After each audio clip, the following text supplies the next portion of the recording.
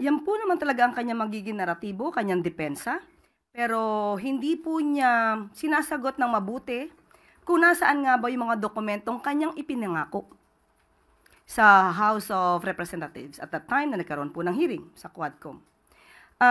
Hindi po niya natutugunan yon at kung ano man yung mga sinasabing di umano hidden wealth niya ay hindi pa rin niya po natutugunan.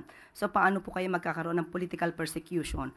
At tandaan po natin, korte mismo ang nag-issue ng valid warrant of arrest patungkol po sa kaso ng qualified human trafficking. At hindi lamang po yan.